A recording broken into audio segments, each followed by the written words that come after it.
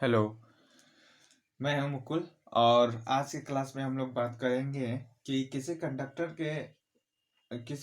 के through current कैसे flow करता है, उसके बारे में हम लोग बात करेंगे।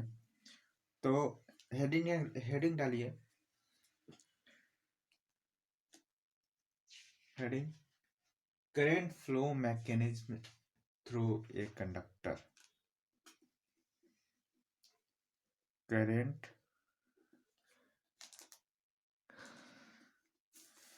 Flow mechanism through a conductor. तो यहाँ ध्यान दीजिएगा कि कैसे करंट फ्लो करता है, उसके बारे में थोड़ा सा समझेंगे चीज़ों को। इसमें कोई कंडक्टर है, मान लेते हैं, लेट अस सी कोई एक कंडक्टर है ना।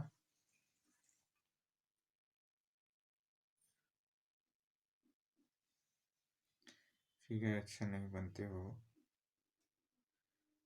तो आई एम सॉरी, बट थोड़ा बहुत आता है मुझे। तो कुछ इस तरह से है, ठीक है। ये कोई कंडक्टर है, कोई भी कंडक्टर, सपोज डेट। तो कोई कंडक्टर रहेगा तो उसमें बहुत सारा इलेक्ट्रॉन तो रहेगा ही। इलेक्ट्रॉन भरपूर रहता है, और इलेक्ट्रॉन भरपूर रहता है। मेटल में क्या होता है, दोनों बैंड एक दूसरे से जुड़े होते हैं। ये सेमीकंडक्टर में अच्छे से पढ़ेंगे कि बैंड क्या होता है, ये सब तो वो सब अलग पार्ट है, इलेक्ट्रॉनिक्स का पार्ट है, और वो बेसिक इलेक्ट्रॉनिक्स में उसको पढ़ेंगे। लेकिन मेटल के बारे में पहले से तो जानते हैं कि इसमें बहुत सारे इलेक्ट्रॉन होते हैं, है ना। मेटल्स में बहुत सारे इलेक्ट्रॉन्स पहले से फ्री इलेक्ट्रॉन्स प्रेजेंट होते हैं। इलेक्ट्रॉन्स तो हर एक एटम में मौजूद है ना। किसी में कम, किसी में ज्यादा। हाइड्रोजन में एक इलेक्ट्रॉन है ना। तो हर एटम में कोई ना कोई तो है ही, इलेक्ट्रॉन्स तो है ही, कम या ज्यादा। बट कोई कंडक्टर मान लेते हैं जो कि करंट को कंडक्ट करता है, उसके थ्रू करंट फ्लो कर सकता है। तो कोई भी कंडक्टर हो तो उसमें इलेक्ट्रॉन्स, फ्री इलेक्ट्रॉन्स ज्यादा। नॉन मेटल्स में क्या होते हैं, इलेक्ट्रॉन्स उसमें भी होते हैं बट फ्री नहीं होते हैं। फ्री कहने का मतलब है इन द सेंस कि एटम से अटैच्ड इलेक्ट्रॉन नहीं होता, वो एटम में फ्रीली मूव कर सकता है। तो इन द मेटल क्या होता है, ये इलेक्ट्रॉन फ्रीली मूव कर सकता है। तो ये तब तक कंडक्टर के अंदर ही मूव करेगा जब तक कि हम इस पर कोई एक्सटर्नल फोर्स नहीं लगाते। यदि इस पे कोई एक्सटर्नल फोर्स नहीं लगाते, अब सोचोगे तुम इस पे हम प्रेशर डाल के या या किसी अन्य फोर्स को, मतलब अन्य फोर्स मतलब इलेक्ट्रिक फोर्स अब का बात अभी नहीं कर रहा है, कोई भी फोर्स लगा के, प्रेशर फोर्स, है ना। तो ये सब लगा के इसके इलेक्ट्रॉन को डिस्ट्रॉय कर सके तो वो पॉसिबल नहीं है। लेकिन हाँ, बाय द सम्स वे, जैसे कि कोई कोई देखे होगे कि घर्षण की वजह से कंब जो होता है उसको कागज से घर्षण करने के बाद उसमें अट्रैक्शन करने का वो आ जाता है, तो वहाँ इलेक्ट्रॉन लॉस गेन होता है, तब भी वो अट्रैक्शन और रिपल्सन का केसेस आता है। तो ये मैटर करता है, उस समय भी थोड़ा सा इलेक्ट्रॉन लॉस या गेन हो सकता है, ठीक है।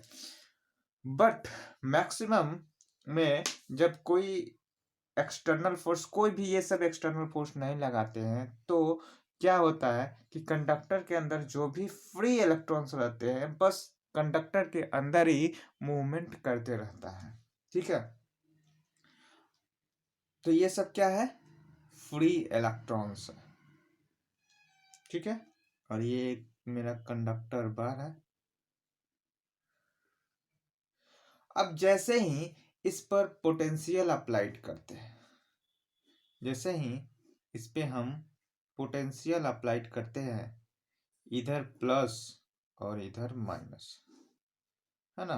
यहाँ प्लस, यहाँ माइनस, मतलब इस छोर पे बोले तो ये छोर आपका पॉजिटिव का है और ये छोर जो है, जो नहीं दिख रहा है, ये छोर क्या है, यहाँ निगेटिव का है।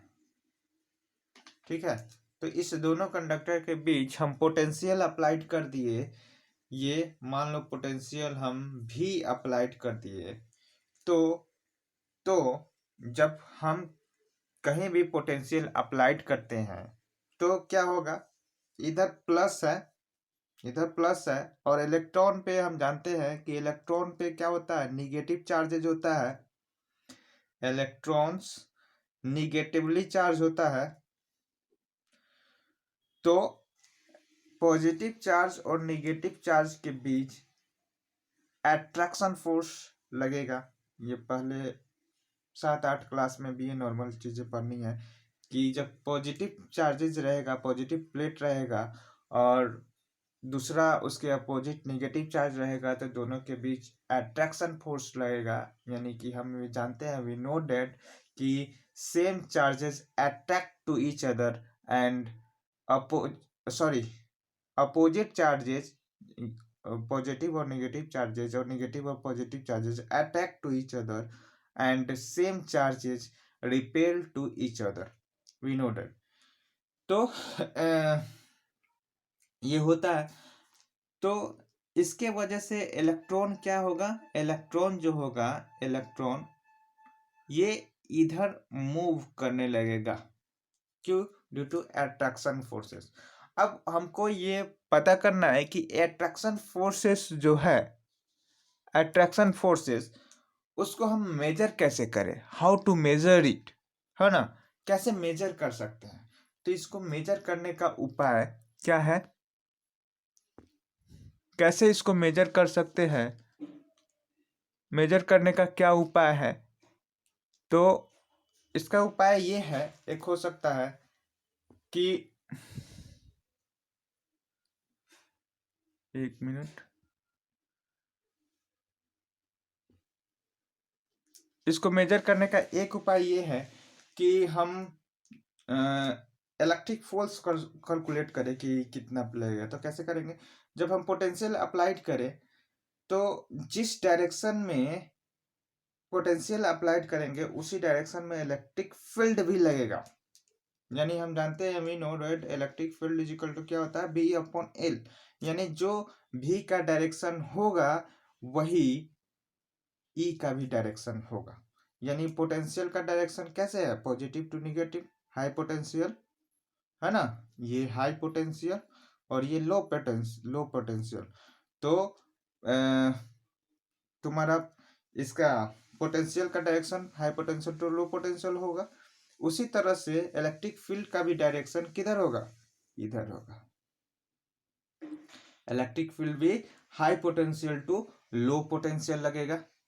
ठीक है, अब देखो, जब इलेक्ट्रिक फील्ड का डायरेक्शन पता हो गया तो हम जानते हैं, वी नो डेट क्या, कि जो फोर्स होता है, फोर्स, कूलम्ब्स लॉ जानते हैं, Coulomb's law, according to Coulomb's law, according to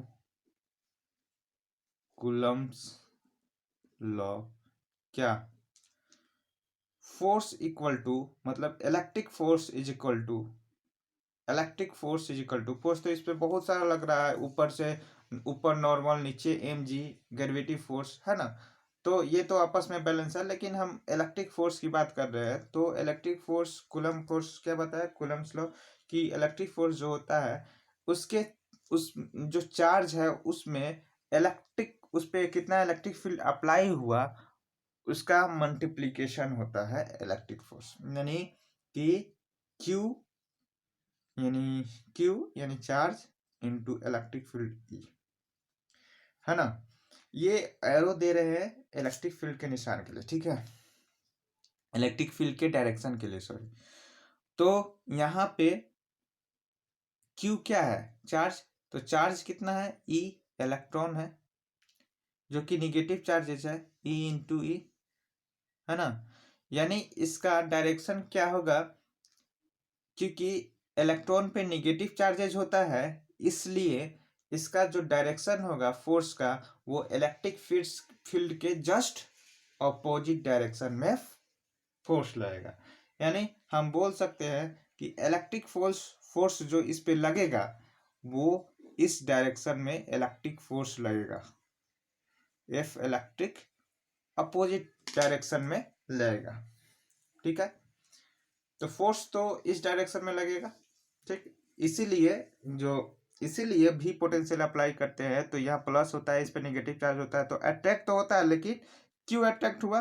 क्योंकि इस पे इलेक्ट्रिक फोर्स इस इलेक्ट्रॉन पे फोर्स जो लगा इस डायरेक्शन में लगा, यानी लेफ्ट साइडेड में लगा, इसलिए ये पॉजिटिव साइड की ओर अट्रैक्ट होने लगता है, जाने लगता है, मूवमेंट करने लगता है वायर के थ्रू, किसी कंडक्टर के थ्रू। ठीक है, फ्लो होने लगेगा। अब देखो, हम मेजर करना चाहते हैं कि ये जो चार्ज का जब चार्ज फ्लो होगा, जाएगा कंडक्टर से बाहर निकलेगा, तो इसमें इस कंडक्टर में चार्ज का डिफरेंसेस होगा, चार्ज का मतलब कमी होगा, है ना, चार्ज कम बेसी होगा, है ना। तो उसमें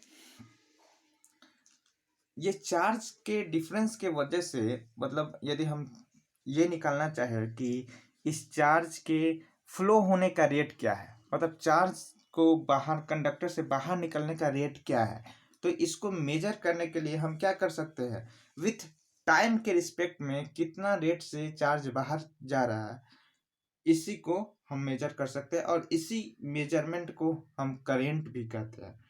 तो हम ये भी बोल सकते हैं कि जो करंट का डायरेक्शन होगा वो क्या होगा, करंट के बारे में आगे बात करेंगे, बट करंट के बारे में आगे बात करेंगे। ठीक है, यहीं तक। तो यहाँ पे एक चीज देखिए जरा कि जब इलेक्ट्रिक फील्ड ना लगाएं, इलेक्ट्रिक फील्ड अप्लाई ना करें, तो फोर्स जीरो होगा। फोर्स जीरो होगा तो D Q upon D T, मतलब चार्ज में जो चेंजिंग होगा टाइम के रिस्पेक्ट में, that is called I T, यानी कि करंट बोलते हैं। और ये जो जब इलेक्ट्रिक फील्ड में चेंजिंग नहीं रहेगा तो सारा इलेक्ट्रॉन क्या रहेगा, कंडक्टर के अंदर ही रहेगा, इसलिए ये चार्ज में कोई चेंजिंग नहीं होगा, इसलिए ये जीरो होगा। और इस समय करंट भी जीरो होगा, क्योंकि इसी को तो करंट कहते हैं। और एक टर्म और, करंट डेंसिटी, इसको हम आगे पढ़ेंगे। करंट डेंसिटी जो कि करंट पर यूनिट एरिया होता है, पर यूनिट क्रॉस सेक्शनल एरिया, जो कि हम आगे बात करेंगे इसके बारे में, रहने दो। नेक्स्ट है, जब इलेक्ट्रिक फील्ड को हम इंक्रीज करते हैं जीरो से, है ना, जीरो से जैसे ही इंक्रीज करते हैं तब क्या होगा, जैसे ही इलेक्ट्रिक फील्ड को इंक्रीज करते हैं तो फोर्स इंक्रीज करना स्टार्ट कर देगा। यहाँ से देखो, फार्मूला से देख सकते हो, एफ जो इलेक्ट्रिक फोर्स है वो डिपेंड करता है किस पे, ई पे। तो इलेक्ट्रिक फील्ड जस्ट स्टार्ट किया इंक्रीजिंग होना, तो फोर्स भी इंक्रीज करेगा, स्टार्ट होना। अब जब फोर्स इंक्रीज करेगा, स्टार्ट होना, तो चार्ज कंडक्टर से बाहर आएगा, और जब चार्ज कंडक्टर से बाहर आएगा तो चार्ज में चेंजिंग होगा। जो पूरा इलेक्ट्रिक चार्ज है, इसमें चार्ज निकालेंगे कि कितना चार्ज है ना, तो सब इलेक्ट्रॉन पे जितना चार्ज होगा उसका समेशन करके निकालेंगे, तो उसमें चेंजिंग होगा ना, चेंज हो जाएगा, यानी D Q upon D T change हो जाएगा, यानी इंक्रीज करेगा, फोर्स इंक्रीज करेगा तो इसमें चेंजिंग जो होगा वो भी इंक्रीज करेगा, वो भी चेंज करेगा, है ना। और जब ये जितना चेंज करेगा, चार्ज जितना इस पे चेंजिंग आएगा, उतना ही करंट में भी चेंजिंग आएगा। और जब करंट चेंज करेगा तो करंट डेंसिटी भी चेंज होगा, इंक्रीज करेगा। ठीक है, उसका बात हम बाद में करेंगे, अब अभी यही रहने देते हैं। ठीक है, नेक्स्ट हम लोग बात करते हैं कि इनिशियली एक पॉइंट लिख दो, क्या कि इनिशियली जो कंडक्टर होता है वो डेड होता है, उस पर कोई एक्सटर्नल सप्लाई जब नहीं किया जाता है तो एक्सटर्नली क्या होता है, इनिशियली क्या होता है, डेड कंडीशन में होता है। तो लिख लो, initially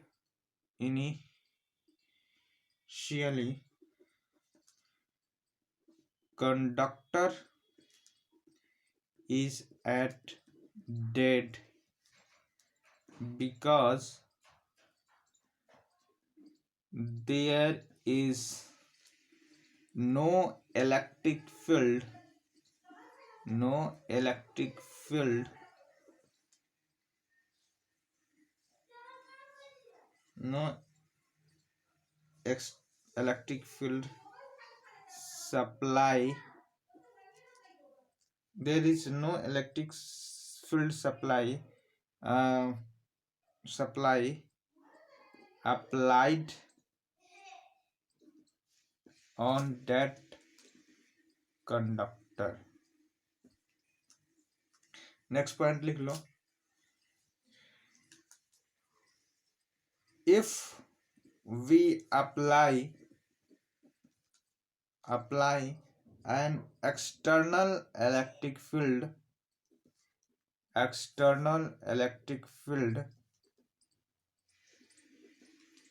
E across the conductor,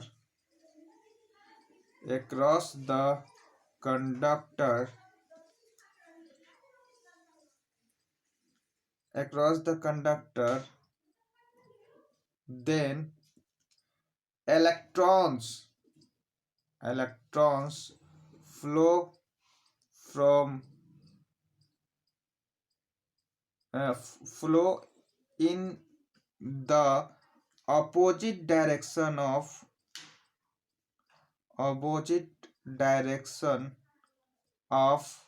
electric field, or from the low potential to high potential.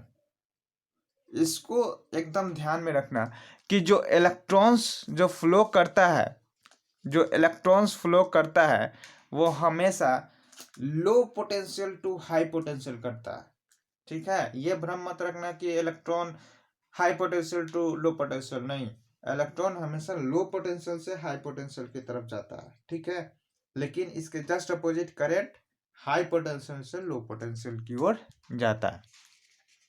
ठीक, अब देखो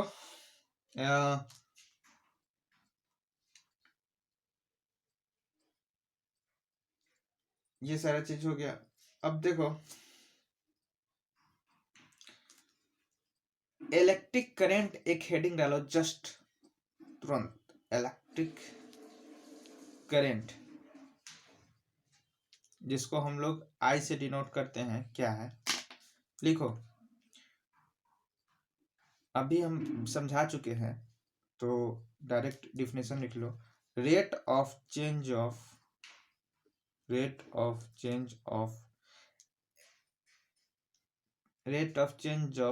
electric charge with respect to time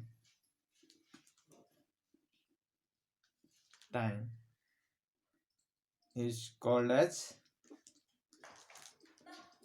electric current. मतलब कि जब इलेक्ट्रिक चार्ज में टाइम के रिस्पेक्ट में इलेक्ट्रिक चार्ज में डिफरेंसेस होता है, चेंज होता है, तो उसी को हम लोग कहते हैं इलेक्ट्रिक करंट. ठीक है, और ये इलेक्ट्रिक करंट डिवाइड होता है IT is equal to DQ, यानी change in charge upon with respect to change in time. ठीक है, और चूंकि इसका कूलम होता है इसका यूनिट, और टाइम का सेकेंड, तो कूलम अपॉन सेकेंड इसका यूनिट हो जाएगा क्या, एम्पियर. ठीक है, और इसको जस्ट मल्टीप्लाई करेंगे तो DQ इज इक्वल टू क्या हो जाएगा, IT dt, और इसको इंटीग्रेट करेंगे. DQ क्या है, एक स्मॉल चार्ज है. ठीक है, एक स्मॉल चार्ज है, और इसको जब इंटीग्रेट करेंगे 0 से इन्फिनाइट, तो ये क्या आएगा, 0 से T तक, और ये Q इज इक्वल टू आ जाएगा क्या 0 से t i t dt। Okay, चलो तो ये तो करंट हुआ। अब करंट डेंसिटी देख लेते हैं क्या है, जस्ट तुरंत देख लेते हैं करंट डेंसिटी क्या होता है।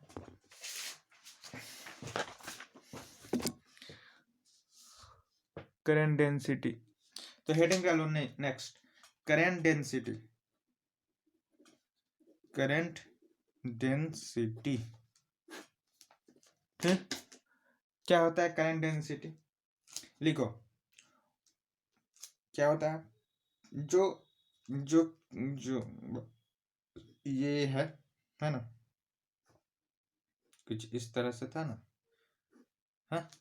तो इस यूनिट ये एरिया है, इससे इलेक्ट्रॉन जो है, बहुत सारे इलेक्ट्रॉन जो है ये पास कर रहे हैं इस क्रॉस सेक्शनल एरिया से। तो इस यूनिट क्रॉस सेक्शन एरिया से कितना इलेक्ट्रॉन पास कर रहा है, वो जो होता है कितना करंट फ्लो कर रहा है इस यूनिट क्रॉस सेक्शन एरिया से, वही होता है तुम्हारा करंट डेंसिटी। तो लिख लो टोटल करंट passing through